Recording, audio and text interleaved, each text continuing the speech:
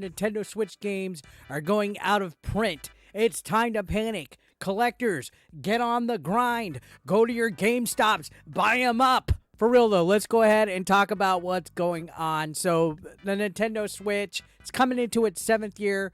Lots of great video games have come and gone throughout the years. And now, there's been some interesting developments where some games that are made by Nintendo are quietly disappearing from the list of games that are able to be bought in, I guess, the inventory of some stores.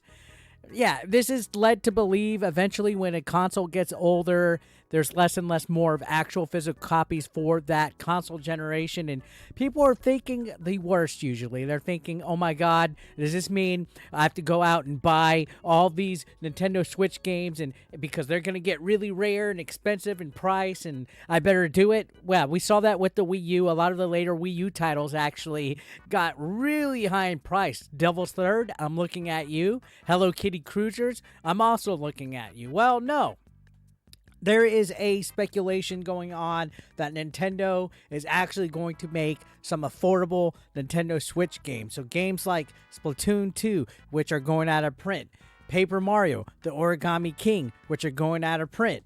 Donkey Kong Country Tropical Freeze, Link's Awakening, Pikmin 3 Deluxe, Metroid Dread, Kirby Star Allies, Xenoblade Chronicles 2, New Super Mario Bros. U Deluxe. I'm dropping everything here, ladies and gentlemen. Yoshi's Crafted World, Switch Sports, Super Mario Odyssey, and Mario Maker 2, along with a couple other titles that I don't have, like Fire Emblem, the Three Houses, and Fire Emblem Engage, and a couple other games that I just don't want because they seem a little too weeby.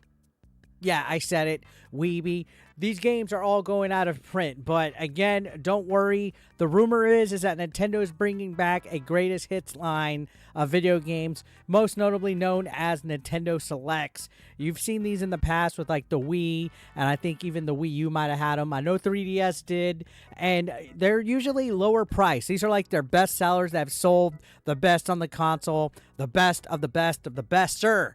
And usually it's the first party titles, right? And for the longest time, people complain Switch games never went on sale. They've always had their price. They've always stayed above like the $40 range. And if they, how dare Nintendo never lower anything? Well, you're not no longer getting that Switch Mario tax, ladies and gentlemen. There was games back in the day. $19.99 was what they're reduced to. Now, I'm going to be honest, I don't think any of these heavy hitters are going to be reduced to $19.99, especially in today's economy. I think that they are going to lower the prices down to the $29.99 range, maybe even $39.99. I think $29.99 looks like the soft spot. That's just me ballparking and speculating on here. Now, why is this happening? Why is Nintendo not talking about it? Why is everything so tight-lipped? It seems like Nintendo doesn't talk until the last possible minute, and we see some kind of, like, shock announcement all of a sudden. But I think they're getting ready to tell us something. I think there are some rumors floating around that in February, we're getting a Nintendo Direct. This Nintendo Direct isn't just any kind of run-of-the-mill. This is kind of like a housekeeping, type of Nintendo Direct. We're towards the Switch's lifespan. There's going to be a Switch 2 announcement coming in the near future. I mean, it's all but confirmed at this point with all the speculation, the leaks and everything. There's going to be some big announcements, and along with housekeeping and getting rid of these last announcements for these last first-party and third-party titles, for the Switch is announcing something like a Nintendo Selects, where they would be saying, hey guys, get some of the best games that have come out on the console for a lower price. This is the greatest hits versions of these games, which I'm surprised this hasn't happened anytime sooner.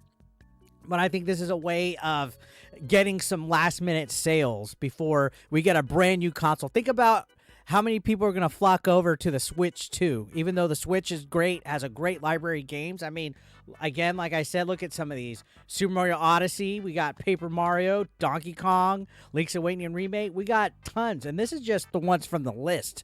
There's tons of other games back there for the Switch that we haven't even touched on. But you would think once a new console comes out, people are going to want to play with the brand new shiny toy with the new games. Sure, there's going to be people dedicated to the older console still, people buying those up in the pre-owned market and stuff like that. But this is a way to keep excitement towards your last console while people are still getting into the new user base, right? It's a way of making more sales. You know, what if they lower the price and they could sell another few thousand of each of these games? That's money that Nintendo is sitting on that they're going to get there because people will be like, oh, I could finally buy this game that I wasn't willing to spend $60 on because now it's only $30. So it's pretty smart. It's pretty business savvy. Now, what's it going to be called? Is it going to be called Nintendo Selects, maybe Switch Selects, maybe the Switch Choice? I have no clue. I want something that's a little bit older, old school. I like the Player's Choice type of name. Or whatever they had back in the day with the Super Nintendo. The one thing I don't like is that they noticeably do change the cover art a little bit. Usually it has like an ugly banner or an ugly Star Emblem sticker and stuff. I'm a fan of the older art, but what can you do, right? You snooze, you lose. You're going to get the brand new WarioWare, which is one of the games on the list. It will be on there. But this is giving you another chance to play these games, even if I don't know how hard to find some of these games were. These seem like pretty common ones aside from like some of the WarioWare ones and stuff like that. But yeah, these are slowly but surely disappearing. These first run versions of the games are slowly disappearing from the stores. And the next step to get them back in the stores, of course, is to do a different label with a greatest hit, label on top of them at a lower price. It's genius. It's been a while since Nintendo did it.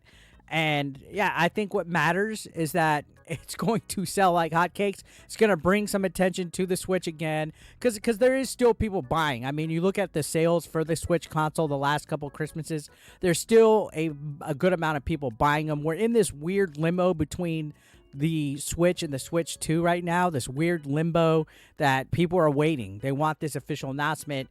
And in the meantime, something like having a greatest hits series come out might hold people, keep people, satisfied while they wait for the new Switch console. So I think it makes sense. Again, this happens all the time. It hasn't happened yet on the PlayStation side of things. Usually they start to go that way as well. And you start to see the other consoles get that. So I think it has taken a bit longer in the past because the Switch has been on fire. It's been selling, it's been popular, and I think Nintendo's learning from the past, to be completely honest, that they're waited till the right move, and again, it's that last final year or so before the newest console comes out. We're getting ready for the Switch 2. It's expected in 2024. The rumored date, September. We got a Nintendo Direct coming out in February, so it's a good plan to get the most out of these older games, in my opinion, before moving on to the next console. So my only concern, and this is my main concern, and this is something that I've touched on with the Switch 2 rumors and speculation videos I've made recently, is the Switch 2 going to be able to play these older games? That's the question to ask. Is it going to be backwards compatible? Are we going to be able to put these exact Switch cartridges into our Switch 2 console? Is a Switch 2 going to have the same type of carts, or is it going to be some kind of different proprietary cartridge slot? I want some backwards compatibility. Like when the Wii came out, it had GameCube capabilities, and then when the Wii U came out, you can play Wii and so forth. I want some backwards compatibility. If you're putting these games out and you're making a Nintendo Selects Player's Choice series out of them, people are going to buy them in this final year. Please have an easy way, Nintendo, for people to play these games on it. And plus, I have a huge-ass Switch library back there that I don't want to have to keep both the Switch and the new Switch 2 plugged into the same TV to enjoy some of these great games. But yeah, guys, if you haven't gotten your hands on these for any reason, don't panic that these games are disappearing from store shelves. Don't let these scalpers market these up and pay high prices. Screw scalpers. Just wait, because more than likely there's going to be a best of Player's Choice series coming out. And these are all bangers. Out of these, I can't think of anything bad with any of these. I think maybe the worst game here is Xenoblade Chronicles 2. And I know I just triggered a whole bunch of you little weebs. I'm just joking. It's all right. No, there's nothing wrong with any of these games. Pikmin's a banger. Yoshi's Crafted World's a banger. Tropical Freeze is a banger. Super Mario Odyssey is a banger.